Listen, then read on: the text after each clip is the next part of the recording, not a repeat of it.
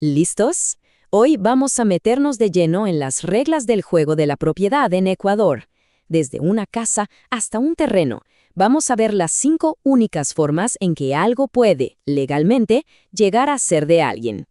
A ver, pensemos en esto un segundo.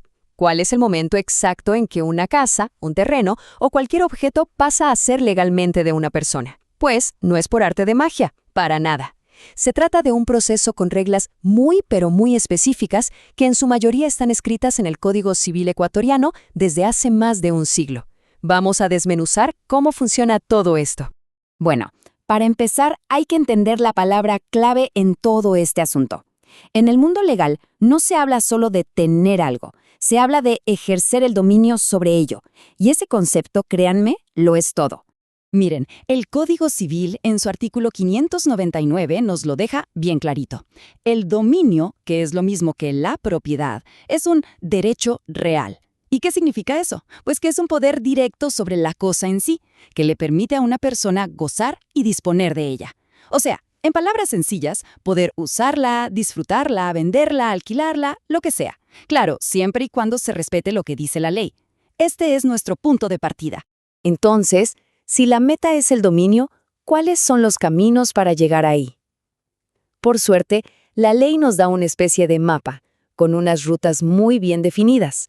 Y son 5 caminos, ni más ni menos, los que establece el artículo 603 del Código Civil: la ocupación, la accesión, la tradición, la sucesión por causa de muerte y la prescripción.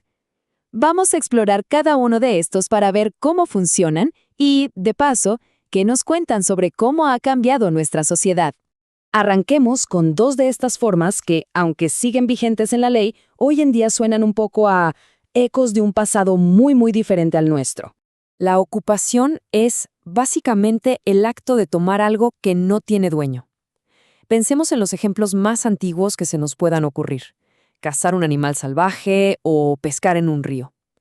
En esos casos, uno se convierte en dueño del animal en el momento en que lo captura. Y esta idea es fundamental para entender de dónde viene todo esto. Como bien señala el experto Carlos Delgado, este concepto viene de una época en que la idea de que todo tiene un dueño pues no era lo normal.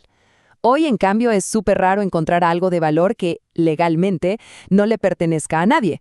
El segundo modo, la accesión, es un poquito distinto.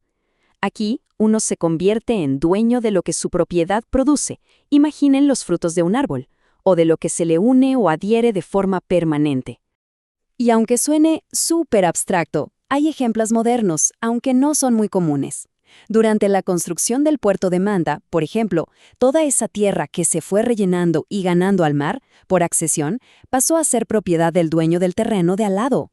Un caso fascinante de cómo una ley tan antigua se aplica a la ingeniería de hoy.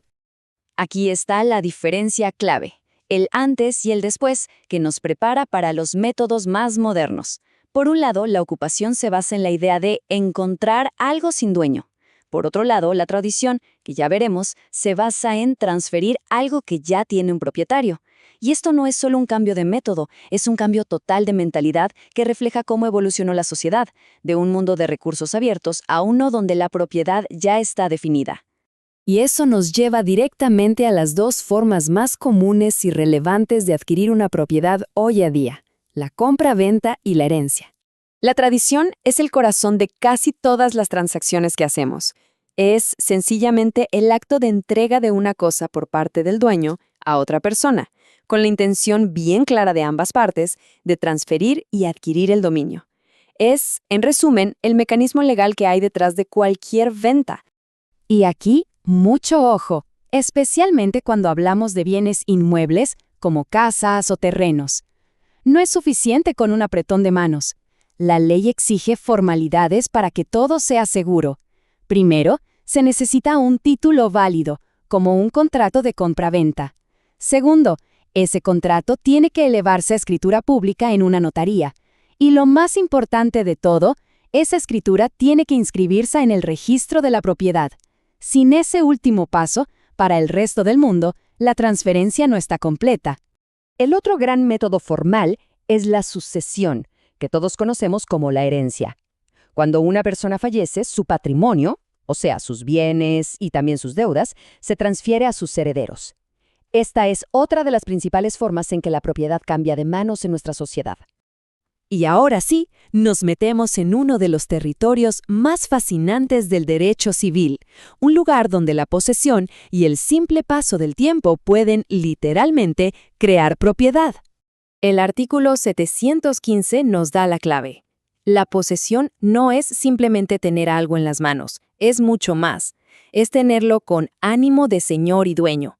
Y eso significa comportarse como si uno fuera el propietario, sin reconocer a nadie más por encima. Esta frase del código es increíblemente poderosa. La ley le da un peso enorme a la posesión, prácticamente asume que quien posea algo es el dueño, y le pone la carga de la prueba a quien quiera demostrar lo contrario. Es un reconocimiento de la realidad de los hechos por sobre lo que diga un papel. Y para que esto quede súper claro, veamos la diferencia. Un poseedor actúa como el dueño, y punto. En cambio, un mero tenedor tiene la cosa, pero reconoce que le pertenece a otra persona.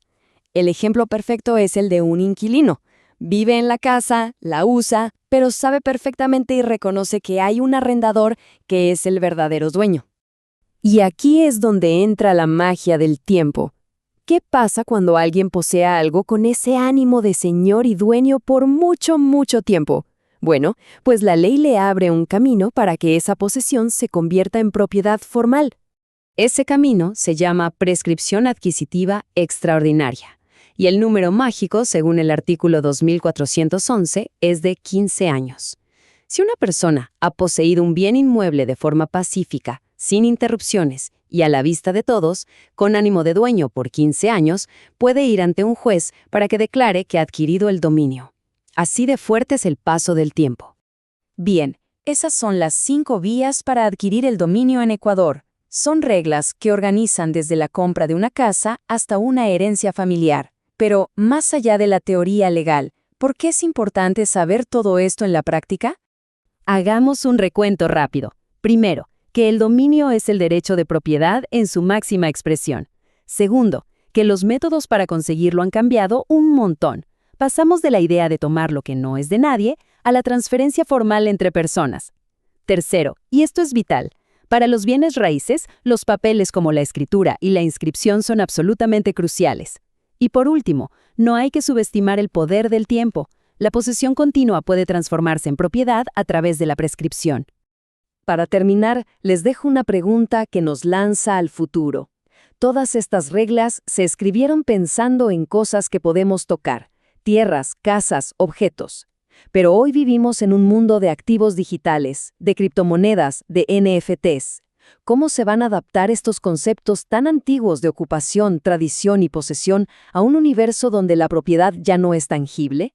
Sin duda, es un desafío fascinante para el derecho del mañana. Gracias por acompañarnos.